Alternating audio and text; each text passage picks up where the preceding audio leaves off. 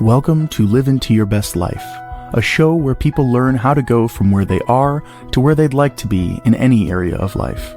If you're looking for a new job, wanting to improve your relationships, or even reclaim your health, Polyskaya will share with you a simple formula that can take you on a journey to begin to live into your best life in all areas of life. Now sit back and begin your journey.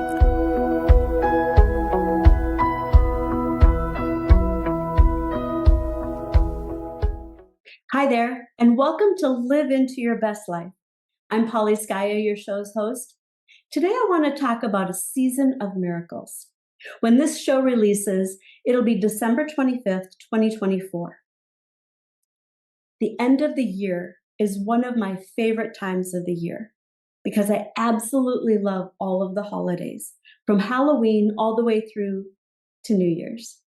And I enjoy the excitement and the lights and the decorations and the music and the energy. And it's really fascinating in Minnesota to experience these holidays because Halloween is in the fall.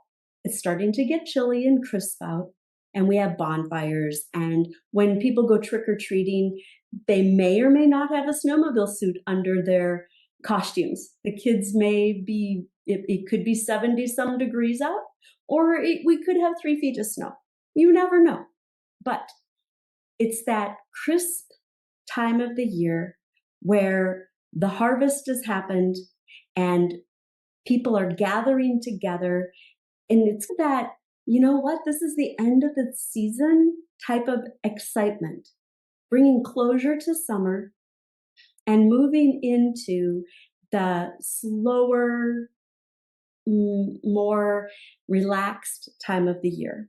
I think that's probably why I love the fall, because the colors are fantastic and the clothes start to get warm, cozy sweaters and blankets, and just everything is really cuddly and snuggly. So I love that feeling. Then you go into Thanksgiving and you have family gatherings and that attitude of gratitude, and everybody focuses on what they're grateful for. Then we move into the Christmas and Hanukkah and the variety of holidays that end our year. And during this time, from October to mid-January, there are a lot of belief systems that focus on miracles.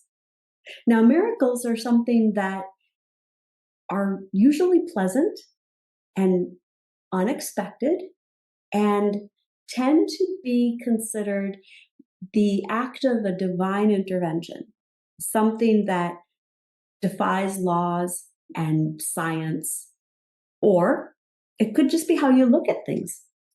I tend to look at some of the synchronicities and synergies that happen in life as a miracle, and others might not. But I love to see the world through a lens of possibility. And what's the potential, and what are the options, and what are those breadcrumbs that are leading me to the next amazing thing that I can do, amazing difference that I can make in people's lives.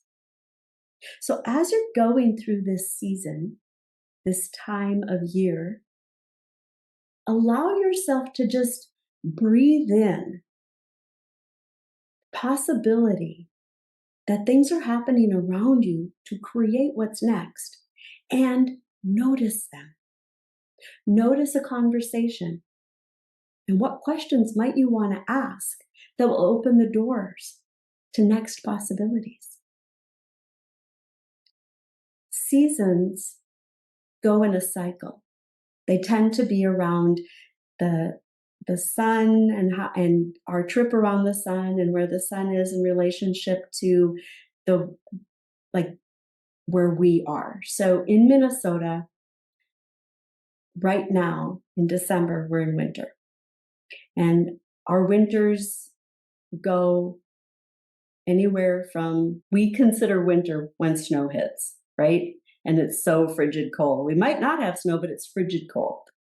So that might be sometime in November, always in December. And sometimes our winters can last through the middle of April. And it might be chilly into the middle of May. My dad always said, don't plant your flowers until Mother's Day because you could get frost. And so you never know how long winter's going to be in Minnesota, but then you have spring. And spring is where things start to warm up and the grass starts to turn green and the leaves start to pop and the flowers start to bloom.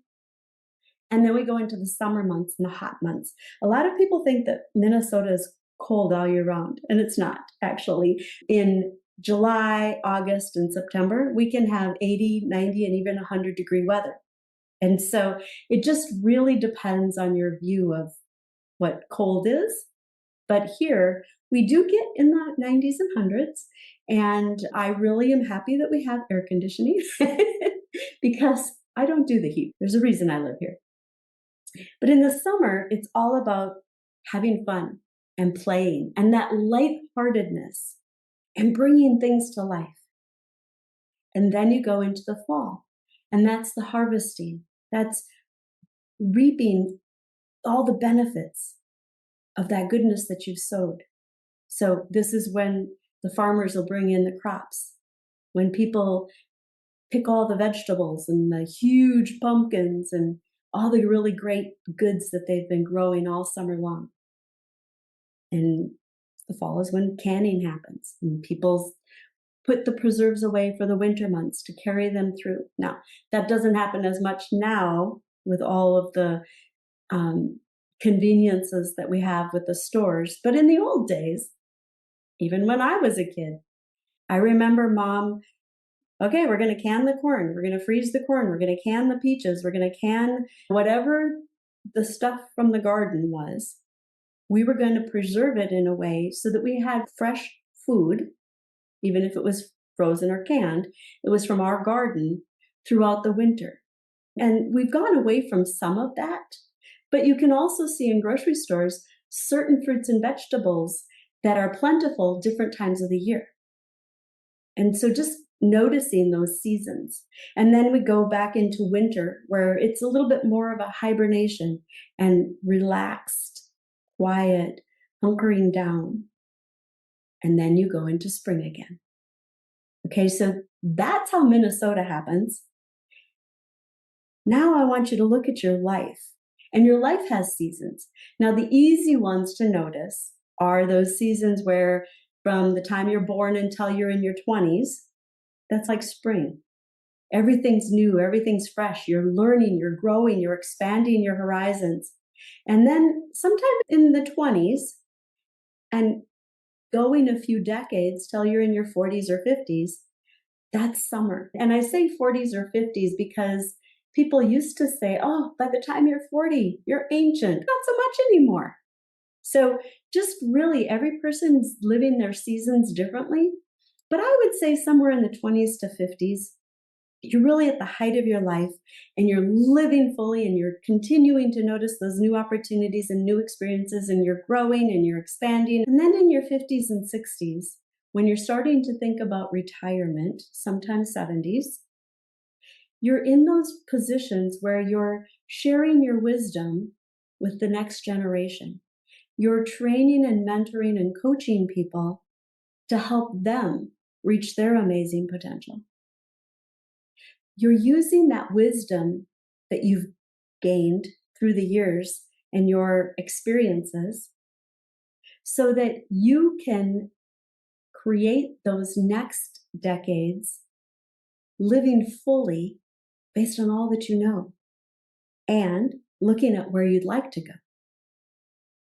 In any season, you always have the possibility of looking at what's next and noticing, where do I want to go next? How do I live into my best life every year, every day? And then your winter months, people tend to think of those as retirement years. And again, in this day and age, retirement is not the way it used to be. I can't even imagine, quote unquote, retiring, because I think of retirement as people who quit working and they may stay home. I can't do that. I actually can't even imagine not working in some fashion. even if it's training and coaching and mentoring and doing speaking engagements. I love to do all of that stuff. Oh, wait, I'm already doing it. I'll just have more freedom when it comes time for me to retire. But I will continue to live life fully every day. And I encourage people to look at life that way. Earlier this year, my mom passed away. She was 80 years old. And I remember the last few weeks of her life, and she was not going to be held in bed. She was so sad that she didn't get to come to the family Easter party. We took it to her instead, and confined to her hospital bed, she still engaged. She still smiled. She still had full-on conversations. And then the next day, she was out of bed again. She bounced back and she regained vitality. And so it's fascinating when you have that mindset of wanting to continue on. You can live into your best life every day. And every day it's going to be different. Because some days you may not have the same amount of energy as you do in other days. That's okay. Do your best each day and notice how you feel. Because I guarantee you, if you look back to a day where you weren't playing full on, you probably were a little more tired at the end of the day in a sluggish sort of way, rather than tired in a energized sort of way. Maybe when you don't play full out, you're feeling like, wow, that person accomplishes so much. I wish I could do that. You could. You just have to choose to take the action. So every day, look at it as if it's a part of a season that is filled with miracles. Every day, open your eyes, open your mind to possibilities.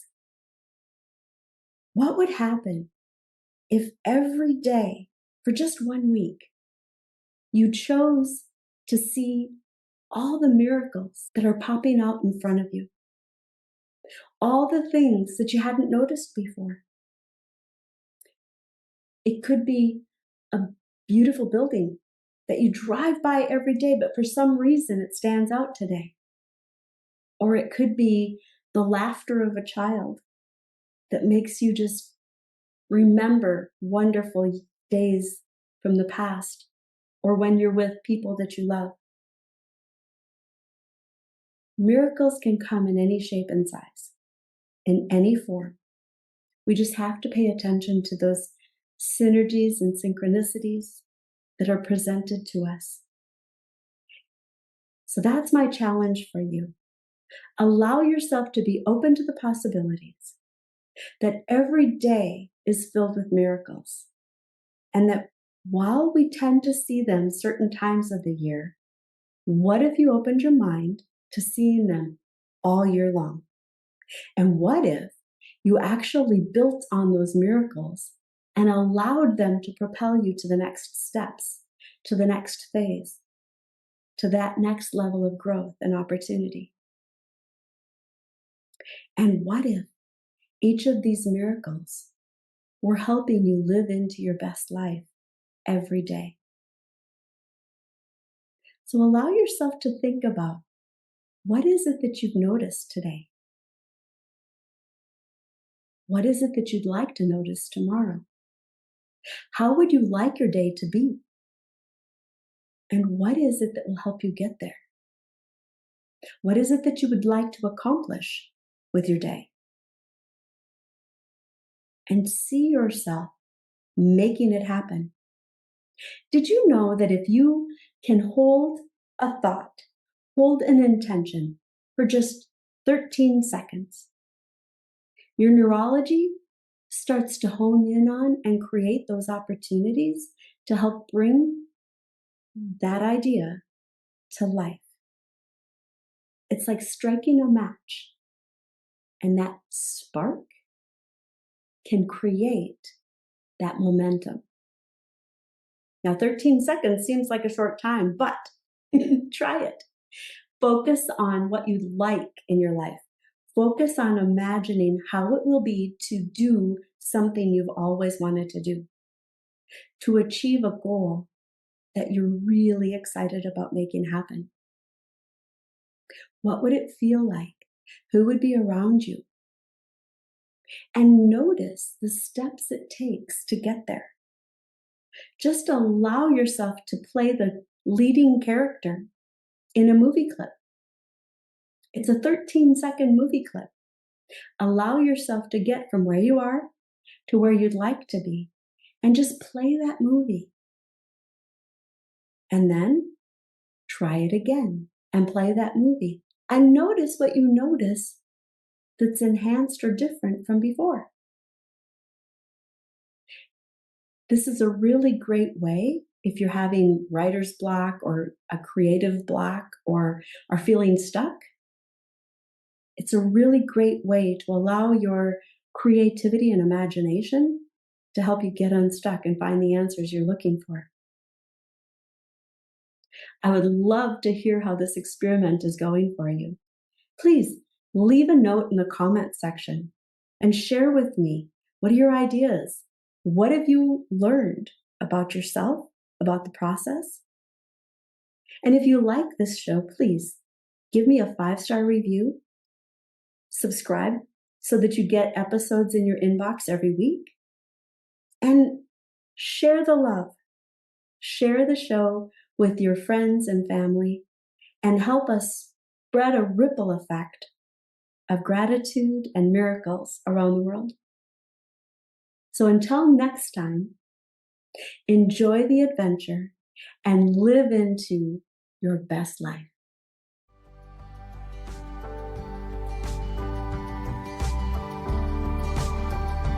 Thank you for listening to Polyskaya, your show host for Live Into Your Best Life.